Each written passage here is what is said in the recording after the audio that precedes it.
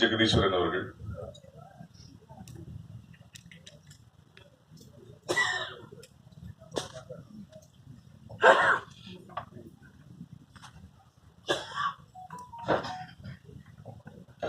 இப்படத்தின் வசனம் எழுதியுள்ள பாலமுரளி ரவிவர்மன் அவர்கள்,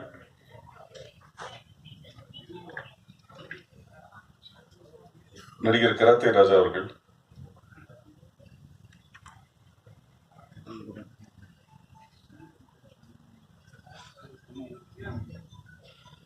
தயாரிப்பாளர் திரு குரல் அமுதன் அவர்கள்,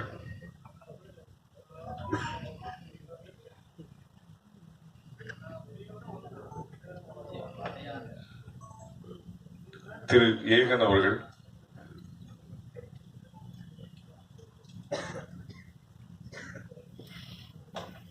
திரு தமிழ் கௌதம் அவர்கள்,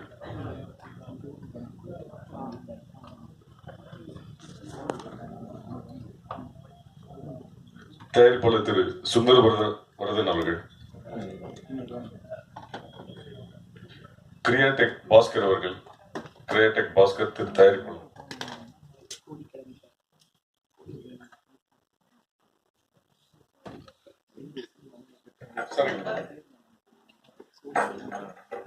திரு உமாதேவன் அவர்கள்,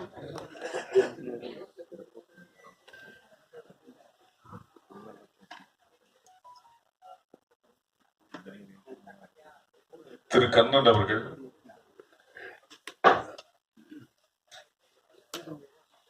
நிர்மல் சரவணன் கண்ணன், எங்கள் குடும்பத்தின் மூத்த உறுப்பினர் எங்கள் மாண்புமிகு அண்ணன் திரு இளவரசு அவர்கள்,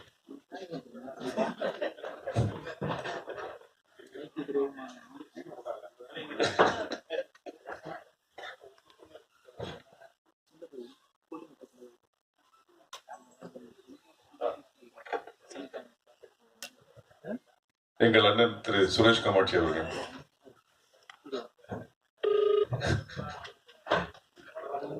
தயாரிப்பாளர் திரு சரவணராஜா அவர்கள்,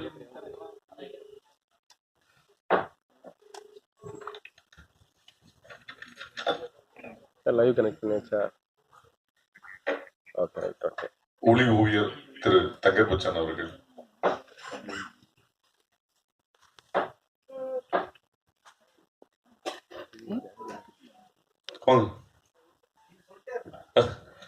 தயாரிப்பாளர் திரு கிருஷ்ணமூர்த்தி அவர்கள்,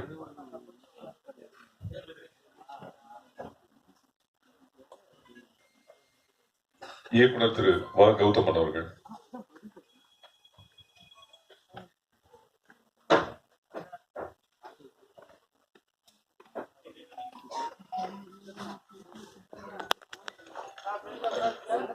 முதலாவதாக வசனகர்த்தா திரு பாலமுரளி வர்மன் அவர்கள்,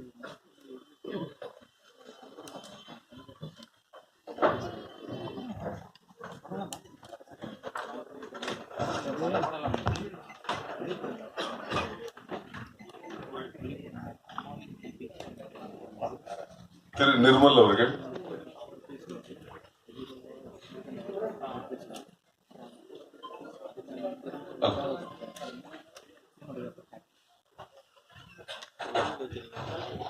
தனது வாழ்வியல் படைப்புகளால் திரைப்படத்தையும் இலக்கியமாக்கிய எங்கள் மூத்தவர் ஒளி ஓவியர் தங்கர்பச்சான் அவர்களுக்கும், பல்வேறு சவால்கள் தடைகளை தாண்டி இன்றைக்கு வெற்றிகர தயாரிப்பாளராக மாறியிருக்கிற எங்களுடைய அண்ணன் சுரேஷ் காமாட்சி அவர்கள் உள்ளிட்ட மற்றும் படையாண்டா மாவீரா படத்தின் குழுவினர் அனைவருக்கும்,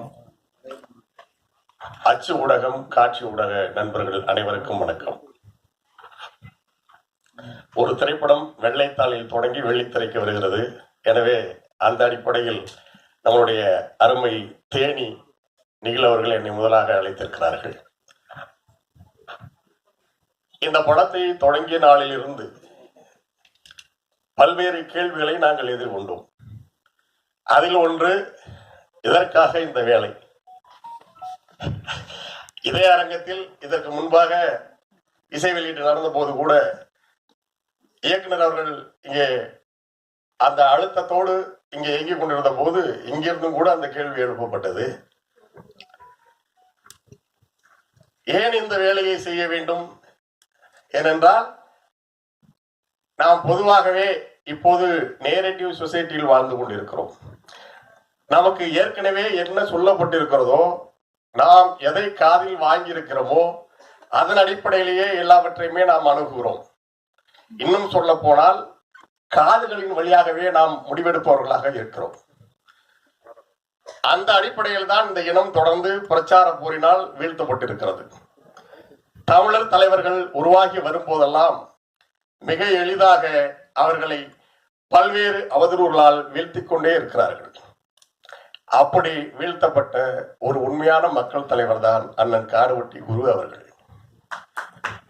அவர் வீழ்ந்தாரா என்றால் வீழவில்லை. ஆனால் காடுவெட்டி குரு அவர்களை பற்றிய ஒரு பார்வை இன்றைக்கு எல்லோருக்கும் என்னவாக பதிந்திருக்கிறது என்று பார்த்தால், அதை திருத்தி உண்மையான காடுவெட்டி குரு யார், ஒரு சட்டமன்ற உறுப்பினர் என்பவர் எப்படி செயல்பட வேண்டும், தான் நேசித்த மக்களுக்காக ஒரு தலைவன் எவ்வாறு இயங்க வேண்டும் என்று சொல்ல வேண்டிய ஒரு கடமை ஒரு படைப்பாளியாக எமக்கு இருக்கிறது. நோபல் பரிசு பெற்ற ஆல்பர்ட் காமியூ சொல்கிறான், ஒரு உண்மையான படைப்பாளி என்பவன் அதிகாரத்திற்கு ஒருபோதும் துணை நிற்க மாட்டான். அவன் துன்பப்படுகிற மக்களுக்காகத்தான் பேசுவான். எந்த மக்களுக்கு பேசுவதற்கு வாய்ப்பு வழங்கப்படவில்லையோ, எந்த மக்களுக்கு பேசுவதற்கு வழி இல்லையோ, அந்த மக்களுக்காக பேசுகின்ற பொறுப்பை ஒரு உண்மையான படைப்பாளி ஏற்க வேண்டும். அந்த பொறுப்பை நாங்கள் ஏற்று இந்த படைத்தை படைத்திருக்கிறோம். அதுதான் படையாண்ட மாவீரா. சுருக்கமாக நான் இங்கே அண்ணன் காடுவெட்டி குரு அவர்களை பற்றி சொல்லி முடிக்க விரும்புகிறேன். ஏனென்றால் நேரம் இல்லை, இங்கு நிறைய பேர் பேச வேண்டியிருக்கிறது. நாங்கள் மக்கள் தொலைக்காட்சிக்காக ஆட்டோ சங்கரின் மரண வாக்குமூலம் என்ற படைப்பையும்,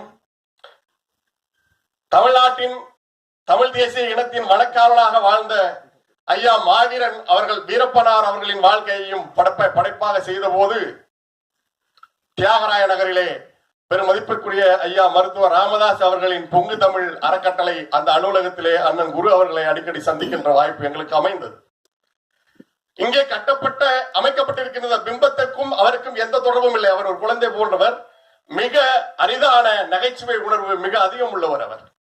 இவரை பார்த்து இப்படியெல்லாம் இங்கே பிம்பத்தை கட்டமைக்கிறார்கள் என்று அப்பொழுதே நாங்கள் சிந்தித்தது உண்டு. ஒரு சட்டமன்ற உறுப்பினர் அல்லது ஒரு நாடாளுமன்ற உறுப்பினர் அல்லது ஒரு அரசியல் தளத்திலே இருக்கின்ற ஒருவன் எப்படி இயங்க வேண்டும் என்று மக்களுக்கு தெரிந்திருக்கிறதா என்றால் இல்லை. அரசு சட்டமன்ற உறுப்பினரின் கடமை என்ன? அரசு கொண்டு வருகின்ற மக்கள் எதிரான திட்டங்களை எல்லாம் ஏற்றுக்கொண்டு அதற்கு கையெழுத்து போடுவது, அதுக்கு ஒப்புதல் தருவதா சட்டமன்ற உறுப்பினர் வேலை இல்லை. ஜெயங்கொண்டத்திலே பழுப்புலை நிலக்கரி நிறுவனம் அமைப்பதற்காக, நிலக்கரி சுரங்கம் அமைப்பதற்காக மக்களின் நிலத்தை வாழ்வாதாரமாக இருக்கின்ற அந்த விளைநிலங்களை கைப்பற்ற வந்த போது அதை தடுத்து நிறுத்தியவர் அண்ணன் காடுவெட்டி குரு அவர்கள். இன்றைக்கு வரைக்கும் அங்கே ஜெயங்கொண்டம் நிலக்கரி ஆலை அமைக்கப்படவில்லை, சுரங்கம் தோண்டக்கப்பட முடியவில்லை. அதுக்கு மத்திய அரசே கடுமையாக எதிர்த்தவர். அரியலூர் மாவட்டத்திலே நீங்கள் மக்களுக்கு உடனடியாக வெள்ள நிவாரணம் தர வேண்டும், இல்லை என்றால் நான் வட்டாட்சியர் அலுவலகத்தை கொளுத்துவேன் என்று சொன்னார். இது அவர் ஒரு விஷயத்தை அணுகிற அந்த உண்மைத்தன்மையோடு, அந்த அக்கறையோடு, மக்கள் மீது இருக்கிற அக்கறைக்குள்ள ஒரு தலைவன் எப்படி அணுகுவார் என்றால் இப்படித்தான் அணுகுவார். அவர் மீது வழக்கு பாய்ந்தது. பெரம்பலூர் மாவட்ட ஆட்சியர் அலுவலகம் மக்களுக்காக இயங்கவில்லை, சரிவர பணி செய்யவில்லை என்று பெரம்பலூர் மாவட்ட ஆட்சியர் அலுவலகத்தை இழுத்து பூட்டி சாவியை வீட்டுக்கு எடுத்து சென்று விட்டார். மாவட்ட ஆட்சியர் வீடு தேடி வந்து மன்னிப்பு கேட்டு பிறகு சாவியை வாங்கி சென்றார். இப்படி ஒரு அரசியல் தலைவனை காட்டுங்கள், இப்படி ஒரு மக்கள் தலைவனை காட்டுங்கள். இந்த முகம் மக்களுக்காக தன் வாழ்நாள் முழுவதும் வாழ்ந்த காடுவெட்டி குரு என்ற இந்த உண்மையான முகம் சமூகத்துக்கு தெரியுமா? திட்டமிட்டு மறைத்தார்கள். அவரை என்ன சொன்னார்கள், எப்படி எல்லாம் பேசினார், அது நான் சொல்ல வேண்டிய அவசியம் இல்லை. இங்கே நாம் இந்த சமூகம் எப்படியான சமூகம், தமிழ் பேரினம் எப்படியான சமூகம், பெண்களுக்கு பாதுகாப்பு கொடுக்கிற சமூகம். கடுங்கோபத்தில் கண்ணகி மதுரை எரித்த போது கூட பெண்கள், குழந்தைகள், பசுக்கள் நீங்களாக என்று சொல்லிதான் எரித்தார். ஆனால் பெண்களுக்கு பாதுகாப்பு இல்லாத ஒரு நிலையை இங்கே உருவாக்கினார்கள். தேவனை வெட்டு தேவச்சியை கட்டு, கவுண்டனை வெட்டு கவுண்டச்சியை கட்டு என்றெல்லாம் பேசுவது புரட்சியாக இருந்தது. எந்த பிணம் இருந்தாலும் பிணத்தின் சாதி பார்த்தார்கள். ஆனால் என் வீட்டு பெண்ணை எவன் தொட்டாலும் வெட்டுவேன் என்று சொல்லப்பட்ட ஒரு தலைவன், சொன்ன ஒரு தலைவன் சாதி தலைவனாக பார்க்கப்பட்டார், சாதி வெறியனாக முன்னிறுத்தப்பட்டார். இல்லையா? அது இருந்துவிட்டு போகட்டும். ஆனால் அவர் யார்? இதை மக்களுக்கு சொல்ல வேண்டிய தேவை இருக்கிறதா இல்லையா? அவர்தான் 7 அம்பேத்கர் சிலைகளை அங்கே அமைத்தார். அவர்தான் அகாபுரத்திலே ஒடுக்கப்பட்ட மக்களை கோயிலுக்குள் மாலை போட்டு அழைத்து சென்றார். அவர்தான் அந்த மக்களுக்காக போராடினார். அவர் நெய்வேலி நிலக்கரியை, அந்த ஜெயங்கொண்ட நிலக்கரியை ஆலையை வரவிடாமல் தடுத்தது யாருக்காக? வன்னியர்களுக்காகவா? ஒட்டுமொத்த மக்களுக்காகத்தான். தன்னுடைய வாழ்நாளில் மரணத்தை அவர் சுமந்ததும் இந்த மண்ணை எச்சரிப்பதற்காகத்தான். உங்களுக்கு தெரியுமா? 57 வயதிலே ஒரு மனிதன் இறந்தான். அவன் வாழ்ந்த வாழ்க்கை என்ன? அவரை ஒட்டுமொத்த சமூகம் நேசித்தது. 35 ஆண்டுகள் அரசியல் தலைவராக அரசியல் களத்தில் இயங்கிய ஒருவர் தனக்கென்ற என்ன சேர்த்தார்? ஒரு பைசா கூட சேர்க்கல. அவரை தேடி தேடி வந்து கொண்டு வந்து கொடுத்த அத்தனை பணத்தையும் தான் நம்பிய தலைமைக்கும் தன்னுடைய மக்களுக்காக கொண்டு போய் சேர்த்தார். ஒரே ஒரு அரசியல் தலைவர் அவ்வளவு நேர்மையான ஒரு பணத்தால் விலைக்கு வாங்க முடியாத ஒரு தலைவரை காட்டுங்க. அவர்தான் காடு வெட்டி குரு. அவர்தான் காடு வெட்டி குரு. இந்த முகம் சமூகத்துக்கு சொல்லப்பட்டதா? இல்லை. திட்டமிட்டு அவரை வேறு பிம்பம் உருவாக்கினார்கள். அவரிடம் என்ன இருந்தது? ஒரு ஓட்டு வீடு. ஒரு வீடு கட்டுவதற்கு, ஒரு மாடி வீடாக கட்டுவதற்கு 15 ஆண்டுகள் போராடி இருக்கிறார். 2 வாகனங்களும் தவணையிலே வாங்கப்பட்டது. இங்கே சென்னையிலே இதே போன்று பல்வேறு சாதி அமைப்புகள் வைத்திருக்கிறவர்கள் என்ன செய்கிறார்கள்? வடமாநிலத்திடம் வங்கியிலே போய் பணத்தை வாங்க வேண்டியது, கடனை வாங்க வேண்டியது, காரை வாங்க வேண்டியது, 4 தவணை கட்டிவிட்டு அந்த சேட்டையும் அந்த மாநிலத்தை வடமாநிலத்தை சேர்ந்தவரை மிரட்டி அந்த வாகனத்தை சொந்தமாக்கியவர்கள் இன்றைக்கு அரசியல் அமைப்பு நடந்து கொண்டிருக்கிறார்கள். ஆனால் அவர் நேர்மையாக இருந்தார். ஒரு பைசா தனக்குன்னு சேர்க்கல. கொண்டு வந்த பணத்தை எல்லாம் கொண்டு போய் கொடுத்தார். 100 கோடிக்கு மேல விலை பேசப்பட்டார் ஜெயலலிதா அவர்களால். ஆனால் அவர் விலை போகவில்லை. ஏனென்றால் அவர் ஏற்றுக்கொண்ட கொள்கையை நேசித்தார். இதுதான் காடு வெட்டி கூறு. இன்னும் சொல்லிக்கொண்டே போகலாம்.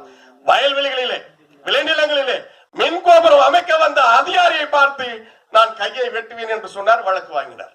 இதற்காக என் மக்களின் விளைநிலம், அதுதான்டா எங்க நிலம், தாண்டா எங்களுக்கு வாழ்க்கை, நிலம் தாண்டா எங்களுக்கு மானம், நிலம் தாண்டா எங்களுக்கு எல்லாம், அதை அழிச்சுக்கிட்டே இருக்கீங்களே. எப்படியான மரணம் அவருக்கு? ஓடி ஓடி உழைத்த அவருக்கு தன்னுடைய உடல்நிலைக்கு அக்கறை செலுத்த முடியவில்லை. இன்றைக்கு குரு அவர்கள் மட்டுமல்ல, அங்கே நெய்வேலி, குறிஞ்சிப்பாடி, வடலூர்